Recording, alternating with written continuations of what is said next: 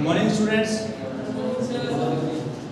Live class तो आज नहीं चल रही है क्योंकि ट्रेन में समस्या आ रही है थोड़ी, तो इसलिए आपकी जो क्लास है इसको मैं ऑफलाइन डाल दूंगा। क्लास खत्म होने के बाद मैं अपलोड कर दूंगा। रिकॉर्डेड हम फिर इसको कर रहे हैं, लाइव चल नहीं पा रही है, इंटरनेट की बहुत समस्या आ रही है। देखिए काफ़ी देर आधे घंटे हो गए कम से कम उसको देखते हुए, समस्या हो नहीं रही है। मैं क्लास रिकॉर्ड कर रहा हूँ, रिकॉर्ड के बाद में जैसे आपकी क्लास खत्म होगी अपलोड कर देंगे क्लास को, ठीक है। तो आप लोग देख लेना इस चीज़ को, आज लाइव नहीं चलेगी, इसके लिए माफ़ी चाहते हैं। अब देखो आज ये टॉपिक भी अपने खत्म कर देंगे। लास्ट टॉपिक है आपका पॉलीफेज का, इसका पॉलीफेज का। और पॉलीफेज के अंदर लास्ट में अपनों ने सिर्फ अब जो पढ़ना है वो पावर के बारे में पढ़ना है। किसके बारे में? पावर के बारे में। कल अपनों ने स्टार देख लिया था और डेल्टा देख लिया था, ठीक है ना। दो छोटे छोटे टॉपिक हैं, उनके बारे में देखेंगे अपने। पहले देखो, एक टॉपिक है सिंपल सा आपके सामने, जिसको अपने बोलते हैं बैलेंस लोड। क्या बोलते हैं? Balance load. बैलेंस लोड, और इसको हिंदी में बोलते हैं संतुलित भार। क्या बोलते हैं भाई? संतुलित भार। संतुलित का मतलब समझते हो ना सारे लोग? संतुलित का मतलब होता है एक समान। क्या होता है? एक समान, ठीक है। यानी आपके पास मान लो 3 फेज हैं, जैसे मान लो आपके पास ये 3 फेज है और तीनों फेजों को उन्होंने किस क्रम में रखा था? L1 के क्रम में, उसके बाद में L2 के क्रम में, और तीसरा क्रम रखा था L3 के क्रम में। 3 आपके पास फेज है, इन तीनों पर मैंने लोड लगाया। हाँ जी, L2, उसके बाद में ये है L1, ठीक है। ये 3 फेज हैं, इन तीनों फेजों पर मैंने लोड लगाया है इस तरीके से कि मेरे पास मान लो यहाँ पर एक लोड है। लोड को आप किससे शो करते हो? इस प्रकार शो करते हो ना। और एक मान लो आपके पास लोड यहाँ इस तरीके से है और एक लोड आपके पास यहाँ इस तरीके से है, ठीक है। तीनों फेजों को मैंने लोड के साथ क्या कर दिया? कनेक्ट कर दिया। यहाँ पर एक फेज कनेक्ट हो गया, ठीक है, ये दूसरा कनेक्ट हो गया और ये क्या हो गया? तीसरा कनेक्ट हो गया। अब मुझे बताओ ये सिंगल फेज 3 फेज है या सॉरी एसी है या डीसी है? ये एसी है। एसी में यहाँ पर आर नहीं लेंगे अपने, यहाँ पर लेंगे जेड। क्या लेंगे? जेड। ये Z1 है और ये Z2 है और ये Z3 है। आगे बस समझ में, ठीक है। संतुलित भार की कंडीशन वह होती है जिसमें Z1 का मान किसके बराबर हो जाएगा? Z2 के बराबर किसके हो जाएगा? Z3। आगे बस समझ में, इस अवस्था को कहते हैं संतुलित भार की अवस्था। क्या कहते हैं? संतुलित भार की अवस्था। आगे बात समझ में, ठीक है। यानी इस कंडीशन में आपके तीनों फेजों पर लोड क्या रहेगा? बैलेंस रहेगा। क्या रहेगा? बैलेंस रहेगा। तो अपने क्या बोलेंगे? इनकमिंग करंट जो है वो आउटगोइंग करंट के क्या हो जाएगी? बराबर हो जाएगी। यानी आने वाली धारा और जाने वाली धाराएं क्या रहेंगी? बराबर रहेंगी। इसलिए आपका जो न्यूट्रल है, ये न्यूट्रल पॉइंट, ये बैलेंस रहेगा। क्या रहेगा? बैलेंस रहेगा। अर्थात यहाँ से कोई भी धारा का प्रवाह नहीं होगा। समझ में आ गई बात? ये तो बैलेंस लोड का क्या फायदा होता है? एक तो बैलेंस लोड का ये फायदा होता है कि पावर कंज्यूमेंसी हो जाती है। दूसरा कि जो न्यूट्रल पॉइंट आप बना रहे हो स्टार के अंदर, उससे होकर कोई भी अतिरिक्त धारा का प्रवाह नहीं होता। ये स्थिति कौन सी कंडीशन में होती है? बैलेंस लोड की कंडीशन में। कौन सी होती है? बैलेंस लोड की कंडीशन में। बात समझ में आ गई? तो बैलेंस लोड करने के लिए अपने को तीनों फेजों पर क्या लगाना पड़ेगा? एक समान लोड लगाना पड़ेगा। इतनी बात समझ में आ गई, ठीक है। फिर देखो दूसरा अपनों ने क्या देखना है? Unbalance load. कौन सा देखना है? Unbalance load. अनबैलेंस लोड कैसा होगा? देखो ये तो बैलेंस हो गया, दूसरा है आपके पास अनबैलेंस लोड। अनबैलेंस लोड, ठीक है भाई। अब अनबैलेंस लोड आपके पास आता है, उस स्थिति में क्या होगा कि Z1 का मान जो है नॉट इक्वल टू क्या होगा? Z2 नॉट इक्वल टू होगा Z3। तीनों फेजों का मान जो है, या तीनों फेजों पर जो लोड है उसका मान एक समान नहीं होगा। तो ये बोल सकते हैं Z1 जो है वो नॉट इक्वल टू होगा Z2, नॉट इक्वल टू होगा Z3। तीनों फेजों पर जो आपने लोड लगाया है उसका मान एक समान नहीं होगा। एक समान नहीं होगा तो आपका जो N है, जिसको न्यूट्रल पॉइंट होगा, वो भी कैसा होगा? अनबैलेंस। कैसा होगा? अनबैलेंस, ठीक है। इसको बोलते हैं असंतुलित भार। क्या बोलते हैं? असंतुलित भार। ये बात समझ में आ गई, ठीक है। अब जैसे ही आप लोग अनबैलेंस लोड यहाँ पर लगाओगे तो अनबैलेंस न्यूट्रल होगा, और अनबैलेंस न्यूट्रल होगा तो न्यूट्रल से होकर क्या होगा? अतिरिक्त धारा प्रवाहित होगी। क्या होगी? अतिरिक्त धारा प्रवाहित होगी। अतिरिक्त धारा का प्रवाह होगा। अतिरिक्त धारा का प्रवाह होगा। अब जब ये प्रवाह होगा तो इसका मतलब ये होगा कि न्यूट्रल से अपने को लगता है कि करंट नहीं आता, लेकिन यहाँ पर न्यूट्रल से भी आपको क्या लग सकता है? लग सकता है। समझ आई बात? ये स्थिति कब आती है? जब अनबैलेंस लोड आता है। कौन सा आता है? Unbalance load. तो लोड आपके पास दो तरीके के हो सकते हैं, बैलेंस भी हो सकता है और अनबैलेंस भी हो सकता है। बैलेंस लोड कौन सा होता है? बैलेंस लोड आपके सामने वो होगा जिस लोड में सभी फेजों पर आपके द्वारा लगाया गया जो भार है वो क्या है, एक समान है, उस स्थिति को क्या कहेंगे अपने बैलेंस लोड। क्या कहेंगे उस स्थिति को बैलेंस लोड। लगाया गया भार अलग अलग है तो उसको क्या बोलेंगे, अनबैलेंस। अब आप एक बात बताओ मुझे, जो आउटडोर ट्रांसफार्मर होते हैं कौन से होते हैं, आउटडोर ट्रांसफार्मर, जो घरों के बाहर लगे होते हैं, उस आउटडोर ट्रांसफार्मर में कितने फेज होते हैं, 3 फेज। कितने होते हैं, 3 फेज। और वो भी किसमें कनेक्टेड होते हैं, स्टार। किसमें कनेक्टेड होते हैं, स्टार। अरे मेरी बात समझ में, क्या आपने ये कह सकते हैं कि उस ट्रांसफार्मर पर कभी, या मान लो आपने कह सकते हैं कि बैलेंस लोड की स्थिति आती है, आती है क्या, नहीं आता। उनके तीनों फेजों पर बैलेंस लोड कैसा रहता है, अनबैलेंस रहता है। कैसा रहता है, अनबैलेंस लोड रहता है। समझ में आ गई बात ये। तो ऐसी स्थिति में आप लोग पावर कैसे मेजरमेंट करेंगे, एक फेज पर लोड अलग है, दूसरे फेज पर लोड अलग है, तीसरे फेज पर लोड अलग है। अब मुझे एक बात बताओ, अगर यही लोड समान होता तीनों फेजों पर, तो एक फेज की पावर ज्ञात करके अपने उसे कितने से मल्टीप्लाई कर देंगे, 3 से। ये लोड क्या है, सेम लोड है, इसको अपने बोलते हैं बैलेंस लोड या संतुलित भार। इस भार की अगर मैं बोलूं कि मुझे शक्ति खपत निकालो, तो आप क्या करोगे, आप तीनों में से किसी एक पर वाटमीटर लगा दो, तीनों में से किसी एक पर वाटमीटर लगा देंगे। जितनी रीडिंग इसकी आएगी उतनी इनकी आएगी, क्योंकि लोड तो क्या है, समान है। तो मैं यहाँ पर टोटल भार क्या निकालूंगा, P बराबर 3 × में P। समझ में आई बात ये, यानी P1 + P2 + P3 इनको जोड़ दूं या तो भी बराबर आएगा, या एक की निकाल के उससे कितने गुणा कर दूं, 3 से गुणा कर दूं, तो बैलेंस लोड में आ जाएगा। लेकिन क्या अनबैलेंस में ऐसी स्थिति हो सकती है, नहीं हो सकती, क्योंकि अनबैलेंस में आप कह रहे हो कि Z1 Z2 और Z3 का मान ही क्या है, अलग अलग है, सभी पर लोड ही क्या है, अलग अलग है। तो क्या करें फिर या तो 3 वाटमीटर लगाओ, क्या लगाओ, 3 वाटमीटर। तब आपके पास ये हो जाएगा कि तीनों वाटमीटर अलग अलग लेंगे, फिर तीनों को आपस में जोड़ दो। या फिर कितने वाटमीटर लगाओ, 2 वाटमीटर। कौन से लगाओ, 2 वाटमीटर। समझ में आई बात ये। तो आप लोगों को पता चल रहा है यहाँ पर कि अगर आप लोगों को 1 वाटमीटर अब विधि अपनानी है, 1 वाटमीटर विधि अपनानी है, तो लोड कैसा होना चाहिए भाई, बैलेंस लोड होना चाहिए।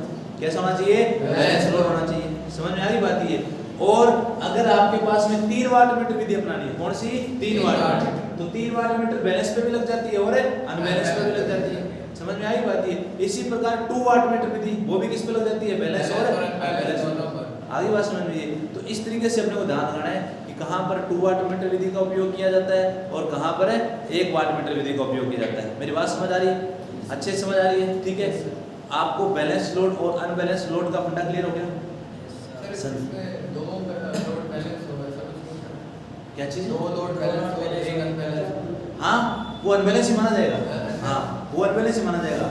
एक भी फेज पर अनबैलेंस लोड है तो वो अनबैलेंस ही माना जाएगा। क्यों बताओ, क्योंकि आप लोगों को पता है कि जो लाइन धारा बहती है यहाँ पर, वो तीनों फेजों के कारण बहती है, ना कि सिंगल एक फेज के कारण। तो यहाँ पर कौन सी धारा ली जाएगी, लाइन धारा। कौन सी ली जाएगी, लाइन धारा। समझ आ रही बात की। तो पहले मैं पावर की समीकरण लिखता हूँ कि पावर की समीकरण को कैसे शो करेंगे, उसके बाद अपने आगे देखेंगे कि किस तरीके से पावर मेजरमेंट किया जाता है। और आज का जो मेन टॉपिक है आपका वो यही है, पावर मेजरमेंट इन 3 फेज सर्किट। आगे वाली बात समझ में। तो पहले अपने देखते हैं 3 फेज पावर की समीकरण कैसे लिखते हैं आप लोग एसी के अंदर, ठीक है।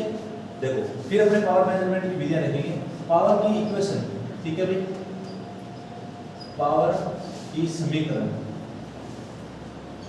याद है समीकरण सभी को। इस समीकरण को कैसे लिखते हैं आप लोग, देखो इस समीकरण को आप लोग लिखते हो P बराबर फिर √3, ठीक है, यहाँ पर VL और यहाँ पर IL, फिर क्या होता है cos phi। ये तो कौन सी फॉर्म में है, लाइन वोल्टेज और लाइन करंट की फॉर्म। कौन सी फॉर्म है, लाइन वोल्टेज और लाइन करंट की फॉर्म में। यहाँ से मैं आपको लाइन करंट निकालने के लिए बोल तो निकाल सकते हो ना आप लोग। क्या देगा, IL बराबर P बटे √3 × VL में cos phi। ये क्वेश्चन बहुत बार ट्रांसफार्मर के लिए पूछा जाता है। किसके लिए, ट्रांसफार्मर। एक 11 kV ओब्लिक 415 वोल्ट का एक ट्रांसफार्मर है, ठीक है, और वह इतने पावर फैक्टर पर चल रहा है, तो उसके द्वारा बताइए लोड धारा कितनी होगी। तो सिंपल है ना, लोड धारा निकालना सिंपल है कि नहीं है। आपको लाइन वोल्टेज दे देगा, ठीक है, आपको cos phi का मान दे देगा और बोल देगा इतने kVA का ट्रांसफार्मर। बताओ कि इसके लिए लोड धारा कितनी होगी। जैसे मैं यहाँ सिंपल ये क्वेश्चन लिख ही देता हूँ। एक क्वेश्चन है आपके पास कि ट्रांसफार्मर है 11 kV ओब्लिक 440 वोल्ट। कितना है, 11 kV ओब्लिक 440 वोल्ट। और ट्रांसफार्मर आपका 500 kV का है। कितने kV का है, 500 kV मान लो, या 5 kV मान लो। कितने kV मान लो, 5 kV। 5 kV का ये ट्रांसफार्मर है और ये बोल रहा है कि ये 0.5 लैगिंग पावर फैक्टर पे चल रहा है। किस पर चल रहा है? 0.5 लैगिंग पावर फैक्टर पर। तो इस ट्रांसफार्मर के लिए लाइन धारा ज्ञात करो। तो आप लाइन धारा कैसे ज्ञात करोगे? IL बराबर P। P कितना है आपके पास में? 5000। कितना है भाई? 5000। 5 kV का मतलब कितना होता है? 5000। 5000 बटे में आपके पास √3 है। क्या है? √3 है। मल्टीप्लाई बाय कितना है? 440 वोल्ट। ये कौन सी वोल्टेज है? Line voltage. कौन सी वोल्टेज है? Line voltage. और फिर आपके पास में कितना है? 0.5। ये क्या है? Power factor. यहाँ से तो आप वैल्यू निकालोगे वो आपकी किसकी आएगी? Line current. क्या आएगी आपके पास में? Line current. आएगी बात समझ में? आ जाएगी ना? लाइन करंट निकालना आ गया। अब ये चीज आपसे अल्टरनेटर के लिए पूछ ले, यही चीज आपके लिए ट्रांसफार्मर के लिए पूछ ले, और यही चीज आपके लिए थ्री फेज सर्किट के लिए पूछ ले, चेंज हो जाएगा कुछ? क्या नहीं चेंज होगा। ये समीकरण किस फॉर्म में है? लाइन वोल्टेज और लाइन करंट के फॉर्म में। इसी प्रकार फेज वोल्टेज और फेज धारा की फॉर्म में भी लिखी जाती है इसमें। वो कैसे लिखी जाती है? तो कितने फेज है आपके पास? 3 फेज है, तो 3 लगा देंगे। फिर V फेज, फिर I फेज इनटू में cos फाई। ये कौन सी फॉर्म में है? फेज वोल्टेज की फॉर्म में। कौन सी फॉर्म में है? फेज वोल्टेज की फॉर्म में। ये कौन सी फॉर्म में है? लाइन वोल्टेज की फॉर्म में। अगर आप आंसर निकालोगे तो दोनों से क्या आएगा? सेम आंसर, दोनों से सेम आएगा। देखो फेज वोल्टेज अगर आपको दी जाए तो आप लोग फेज वोल्टेज से कर लो, लाइन वोल्टेज दी जाए तो लाइन वोल्टेज से दे दो। आपको फेज वोल्टेज दी जाए और लाइन वोल्टेज पूछ ले तो आपको फेज और लाइन वोल्टेज का पता ही है, √3 का क्या होता है? डिफरेंस चलता है दोनों के अंदर, स्टार और डेल्टा में। तो वो आप निकाल लो, फेज दे तो लाइन निकालो, लाइन दे तो फेज निकालो, सिंपल बात है। ठीक है, अब देखो यहाँ से अपने आते हैं पावर मेजरमेंट। क्या आता है? Power measurement. ठीक है, शक्ति मापने की विधियां, इसको बोलते हैं वाट मीटर मेथड। क्या बोलते हैं? Watt meter method. उन वाट मीटर मेथडों को पढ़ना है अपने को। ठीक है, मेनली अपने पास वाट मीटर मेथड कितने होते हैं भाई? 2। ठीक है, एक को पढ़ते हैं अपने 3 वाट मीटर और एक अपने पढ़ते हैं 2 वाट मीटर। 1 वाट मीटर विधि जो है वो बहुत ही कॉमनली नहीं पढ़ी जाती है। सिंपल मैं बता देता हूँ। पहली विधि है आपके पास में कौन सी है? 1 वाट मीटर।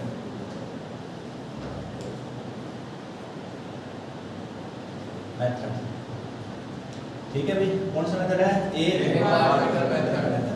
कौन से के लिए यूज होता है? ये हमेशा याद रखना, बैलेंस लोड के लिए। कौन से के लिए? बैलेंस लोड के लिए। और बैलेंस लोड को क्या बोलते हैं? संतुलित भार। क्या बोलते हैं? संतुलित भार।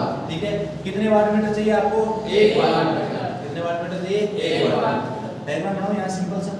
ठीक है, ये मान लो आपके पास में एक लोड है इस तरीके से। ठीक है भाई, ठीक है, ये आपका स्टार पॉइंट है, फिर आपका यहाँ दूसरा लोड है।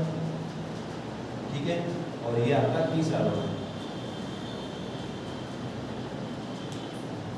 कोई डाउट है किसी को? ठीक है, ये मैं बोलता हूँ इस लोड को मैंने एक सप्लाई दे रखी है यहाँ पर, ये लाइन 1 है। ये क्या है? लाइन 1 है। ये पॉइंट कौन सा बन जाएगा आपका? न्यूट्रल। कौन सा बन जाएगा? न्यूट्रल। ये कौन सी है? लाइन 2 है। और यहाँ पर आपने क्या दे दी? लाइन 3।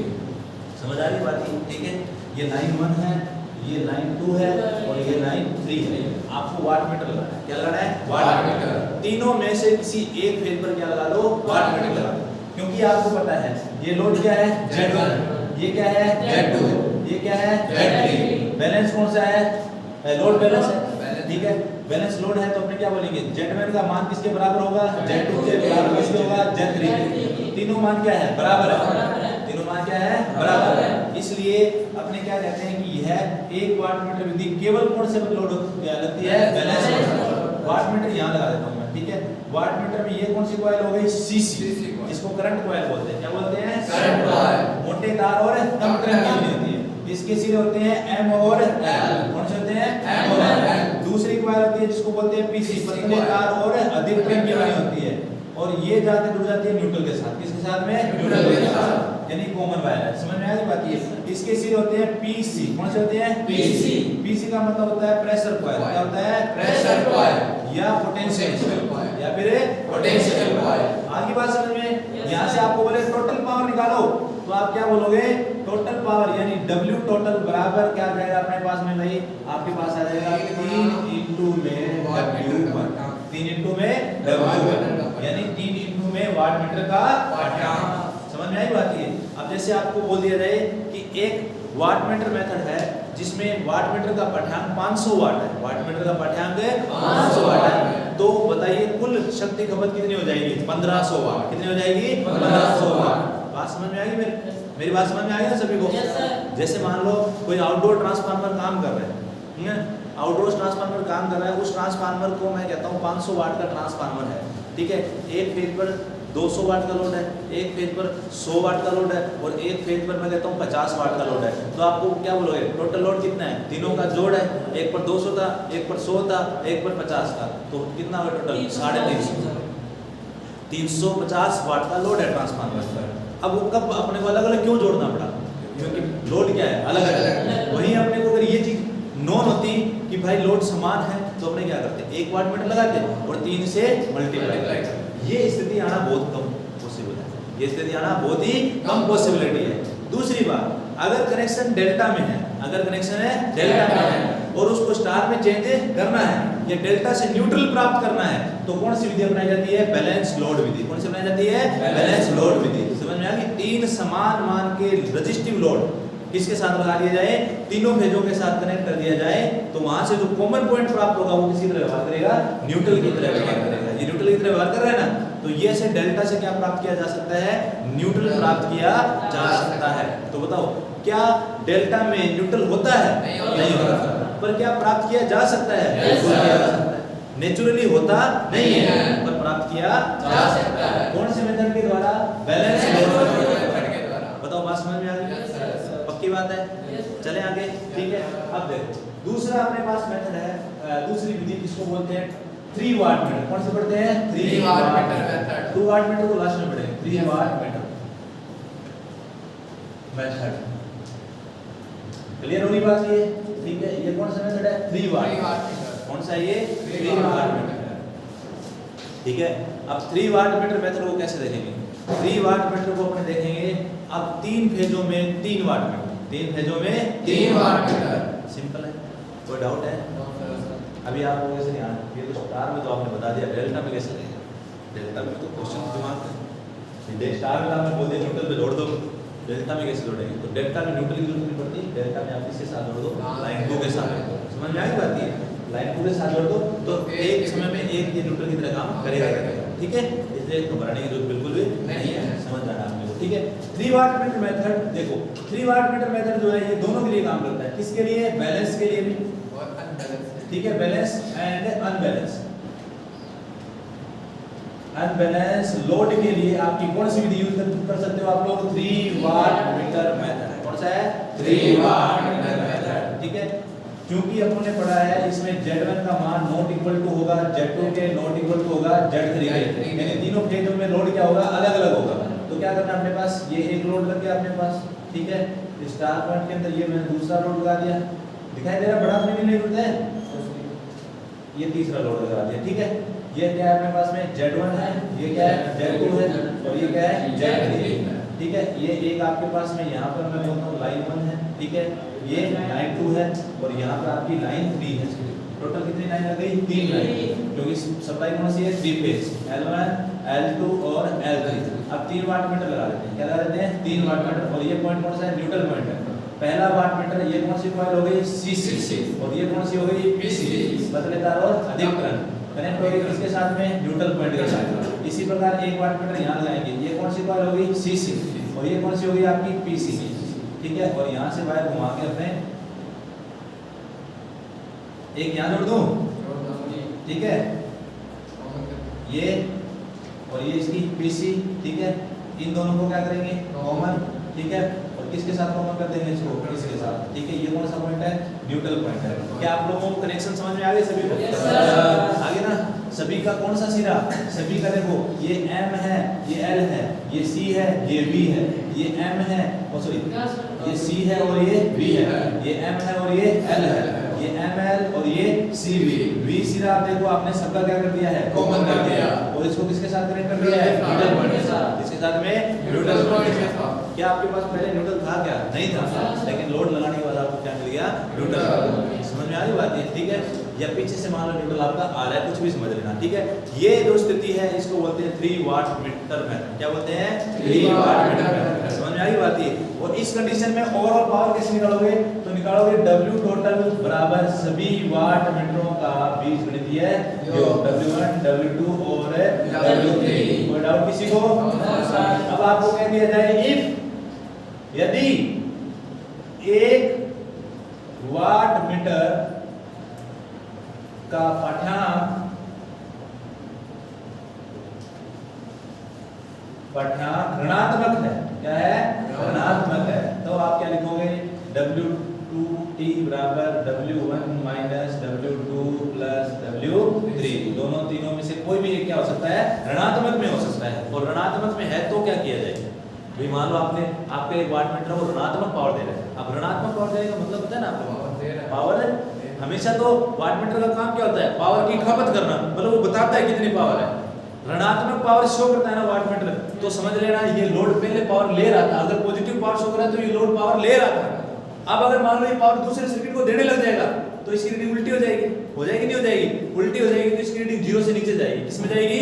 0 से नीचे। और 0 से नीचे जाता है तो क्या आता है? नेगेटिव। क्या आता है? नेगेटिव। तो इसका अर्थ क्या हुआ मुझे बताओ?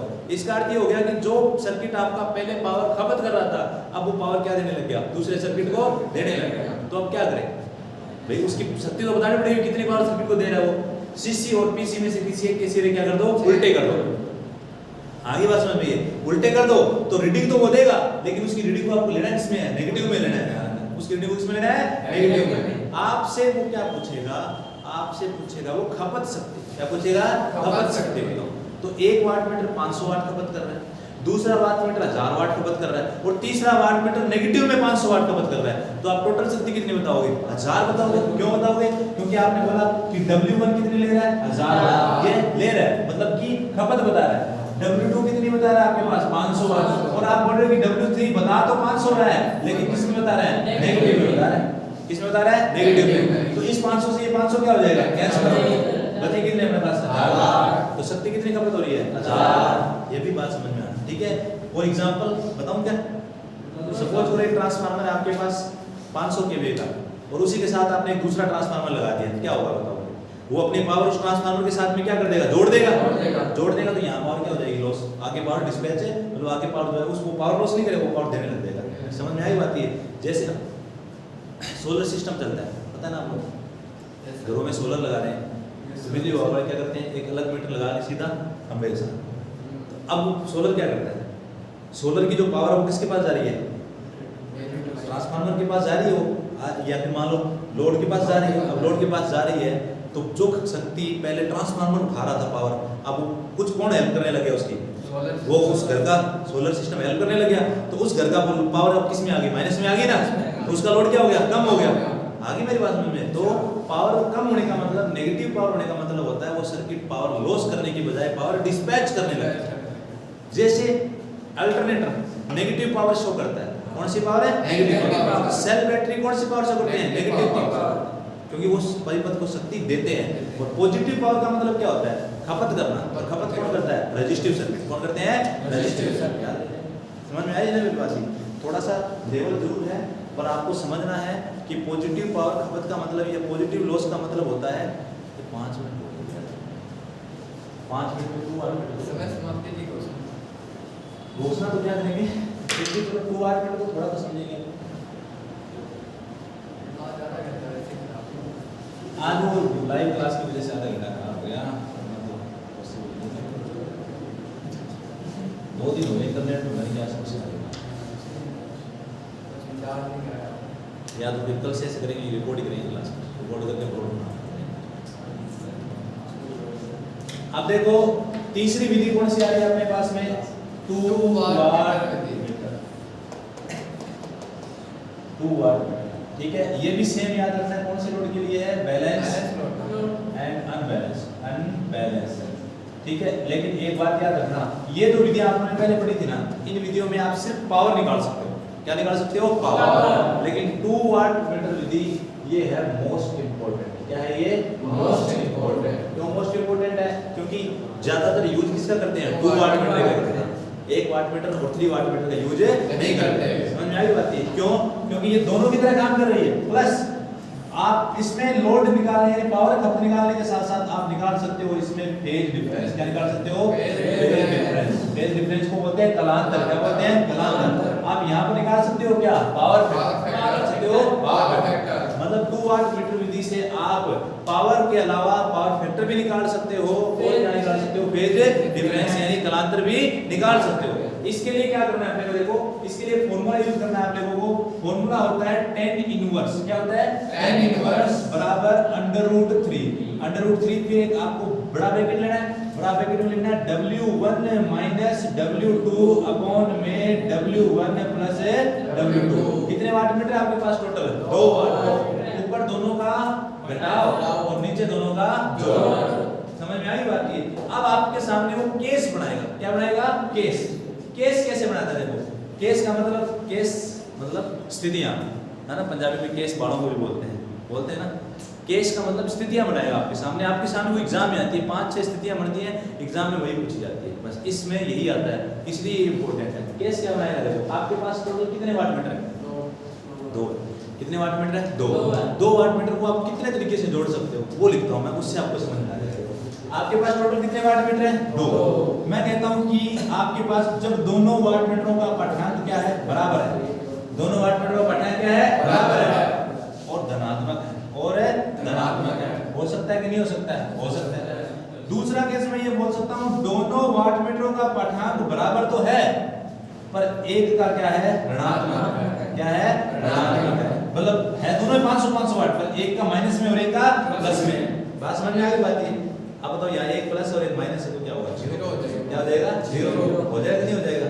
और 0 हो जाएगा तो आप तो समझ रहे हो पावर 0 कैसे चलेगा? आगे नहीं पता चलेगा कैसे होगा। देखो तीसरा केस ये बोल रहा है कि एक वाट मीटर का पठांक तो पूरा है पर दूसरा वाट मीटर का पठांक उससे क्या है? आधा है और धनात्मक है। और क्या है? धनात्मक है। मतलब ये 250 500 वाट है तो ये कितना है? 250। टोटल पावर कितनी होगी? 750। टोटल पावर कितनी होगी? 750। सिंपल है ना। यहाँ पर 500 तो कितनी हो जाएगी? 1000। यहाँ पर क्या हो जाएगा? 0। और तो 0 आ जाएगी क्योंकि 500 माइनस 500। यहाँ पर एक का 500 दूसरे का 250 तो कितनी हो जाएगी? 750। कितनी हो जाएगी? 750। केस समझ में आ रहे हैं? नहीं? ठीक है। फिर बोल रहे चौथा केस ये कि यदि W1 का मान क्या है? 0 है। एक वाट मीटर का पठांक भी क्या है? 0 है। तो कुल पठांक क्या हो जाएगा अपने पास? WT बराबर W2 के बराबर। आगे बात समझ में? 2 वाट मीटर थे, एक 500 दिखा रहा है और एक 0 दिखा रहा है, तो ओवरऑल पावर कितनी हो जाएगी? 500 वाट ही हो जाएगी ना। 2 वाट मीटर है आपके पास, एक दिखा रहा है 0 वाट और एक दिखा रहा है 500 वाट। मैं आपको वहां ले जाकर दोनों वाट मीटर के आगे मैं कहता हूँ बताओ दोनों की रीडिंग कितनी आएगी, जोड़ के बताओ। तो आप क्या बोलोगे? 500 प्लस 0 500 वाट। अरे यही तो होगा, 500 प्लस 0 500 वाट आएगा जब एक का पठांक क्या हो जाए? 0 और दूसरे का धनात्मक में हो जाए। आगे बात समझ में? ये 40 के मुख्य केस है और ये केस आपको क्या करना है? दोनों बराबर और ऋणात्मक। हाँ दे दिया ना यार, नहीं दोनों बराबर और दोनों ऋणात्मक। वो बात तो एक ही आ गई तो ये आ जाएगा। मतलब फिर उसका दोनों बराबर दोनों ऋणात्मक में तो ओवरऑल पावर तो आपकी 0 रहेगी लेकिन वो पावर डिस्पैच दिखा देगा, लेकिन दिखाएगा वो आपको बता रहा हूं। ठीक है ना? आप बताओ मुझे क्लियर हो गई ये बात? अब करना क्या है? सिंपल, ये मान कहाँ रखने? इस फॉर्मूले में रखने। फॉर्मूले में मान रखते जाओ आपके आंसर आते जाएंगे। आपके पास कलांतर आ जाएगा, कलांतर से आप क्या निकाल सकते हो? पावर। क्योंकि पावर फैक्टर का फॉर्मूला क्या होता है? cos phi. क्या होता है? cos phi. जब आपके पास यहाँ से फाई का मान आ जाएगा, tan इनवर्स फाई है नहीं, तो आपके पास फाई का मान आ जाएगा। फाई का मान यहाँ देखो, फाई का मान ऐसे निकाल दें, फाई बराबर tan इनवर्स। अब फाई का मान आ जाएगा, फाई बराबर tan inverse √3 W1 minus W2 W1 plus में W2। इसके लिए आपको आना क्या चाहिए? 10 के मान आने क्या चाहिए? 10 के मान। फिर 10 में 90 का मान कितना होता है? 10 में 45 का मान कितना होता है? 60 का कितना होता है? 30 का कितना? ये आपको आना चाहिए। आगे मेरी बात समझ? ठीक है। तो ये मान अगर आपको क्लियर हो जाते हैं तो मुझे पूरी उम्मीद है कि आप 2 वाट मीटर मेथड से कोई भी क्वेश्चन गलत है नहीं करोगे। समझ में आ गई बात? ये हाँ, कल अपने इस पर ना कुछ प्रैक्टिस करेंगे। क्या करेंगे? प्रैक्टिस करेंगे। आज मैंने आपको बता दिया ये केस 2004, कल मैं आपको इन पर प्रैक्टिस करवाऊंगा कि ये W1 W2 W3 से कैसे वाट मीटर मेथड से जो है अपनाया जाता है। ठीक है। आज की क्लास अपने इतनी रहेगी। आज लाइव नहीं चल पाया, बता दिया था सभी को, नहीं चल पाया क्योंकि वो प्रॉब्लम है इंटरनेट की। कल देखते हैं, अगर नहीं चला तो कल भी फिर अपने रिकॉर्डेड क्लास की डालेंगे। ठीक है। थैंक यू, धन्यवाद।